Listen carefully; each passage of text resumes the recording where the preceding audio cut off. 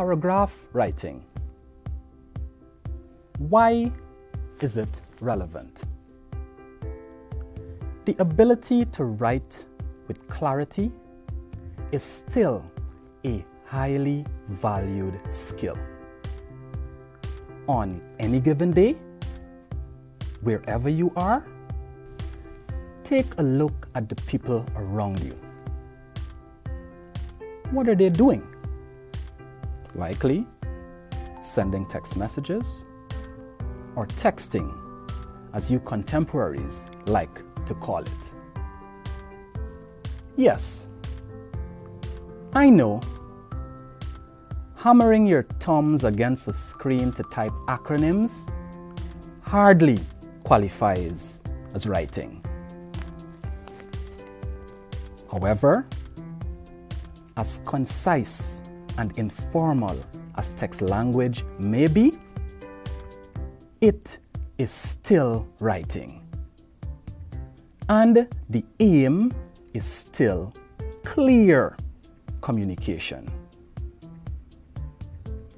If you understand paragraph writing, you will know how to organize your ideas.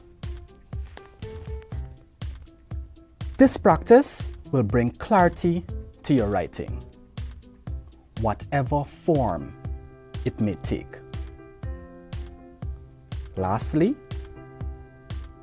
and more importantly, writing skill is the most requested job requirement.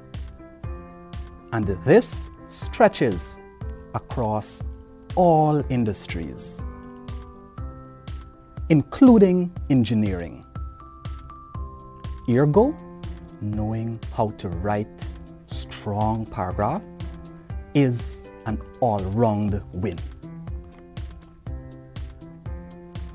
Take it from me. In most cases, it is very clear to your teachers that you have strong and interesting ideas to share. However, one hindrance to the clarity of those ideas is your ability to organize them in a logical manner. Don't be bothered. It is a problem many students have. That is why, in this lesson, we are going to build on our paragraph writing skills. Most of you should remember the components of a good paragraph. If you don't, try to memorize this. A good paragraph has a strong topic sentence, clear supporting sentences, and a good closing sentence. If you remember just that, you are already on your way to writing better paragraphs. End of lesson. Thanks for coming to my TED Talk. Just kidding. That knowledge just skims the surface of paragraph writing. And you didn't come all this way just to skim the surface, did you?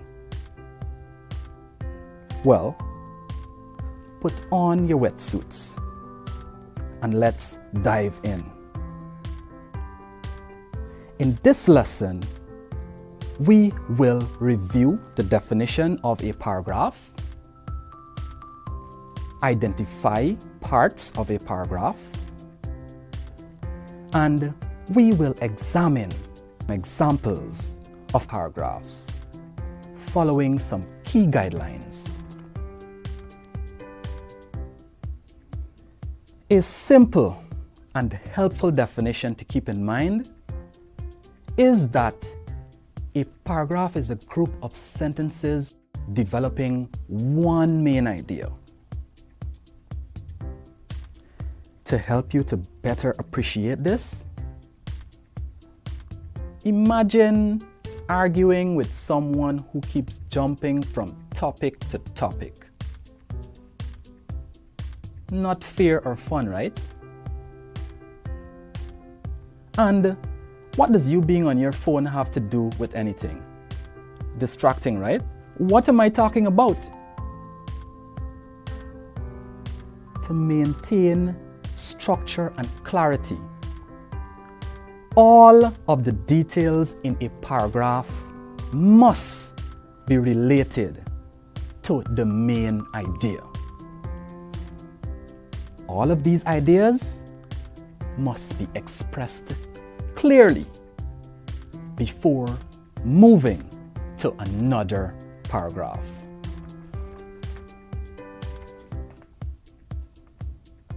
Now, let's take a closer look at the parts of a paragraph.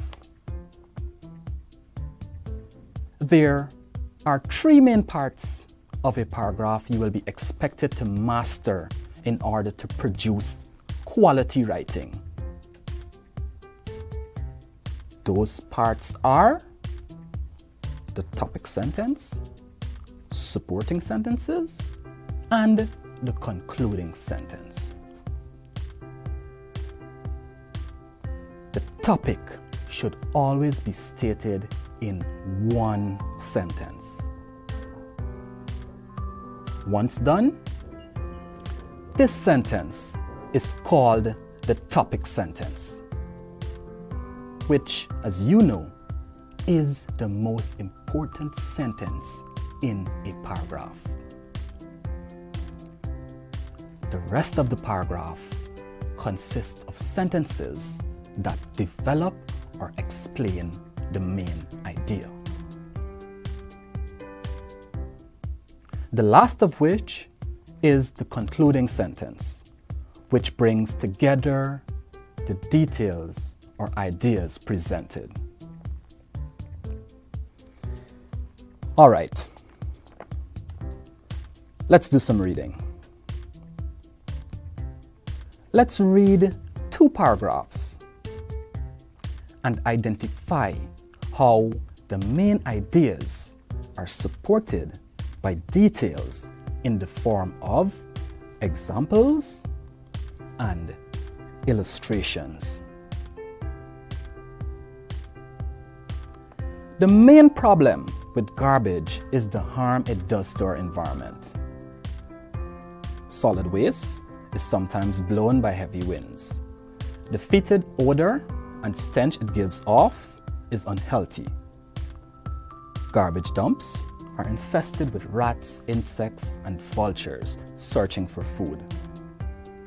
Burning causes poisonous gases to spread easily in the air. Waste matter thrown into the sea pollutes the water and destroys life. As the problem grows, it becomes one we cannot ignore. This paragraph is fairly okay, but it can be made stronger with transition words. The sentences need to be connected in a better way. Research transition words. Rewrite this paragraph and ask one of your teachers to mark it. I am sure they will be willing to help. Nonetheless, the first sentence in this paragraph is, what do you think? The topic sentence.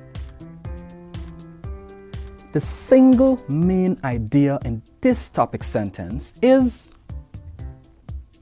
the harm it does, it being garbage, does to our environment.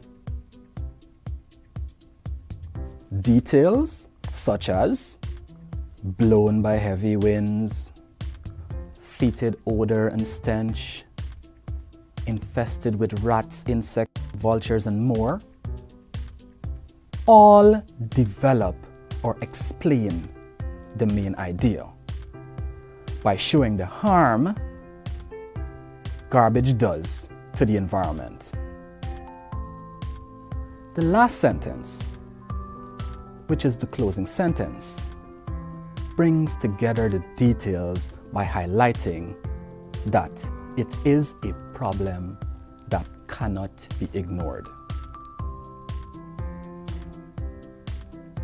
Let's examine one more. This paragraph reads, "In the sea, the reckless waste is shameless. 94% of our whales have already been slaughtered. The quantity of fish in all oceans has decreased by more than 30%. Half the shorelines of the world are dying. The bottom life on the continental shelf is destroyed systematically by heavy trawl nets. The coral reefs are sick everywhere, most probably from pollution. Seabirds were less than 50% their numbers at the turn of the century.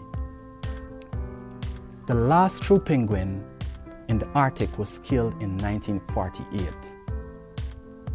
Generally speaking, more than 1,000 species have been eradicated by man since the year 1900. Again, the topic sentence of this paragraph is the first sentence. And the main idea is the shameless, reckless waste in the sea. In this paragraph, details such as 94% of whales are slaughtered, the 30% decrease of fish in all the oceans, dying shorelines, the destruction of heavy trawl nets, sick coral reefs, and more, are all details which explain the reckless waste in the sea. The last sentence, which is the closing sentence, brings together the details by highlighting that 1,000 species have been eradicated since the year 1900. Those examples are fairly good paragraphs. They both have strong topic sentences, clear supporting sentences, and just closing sentences. Keep practicing, and if the means allow, rewatch this video at least once before attempting the exercise below. Write a paragraph arguing your opinions on garbage disposal in school.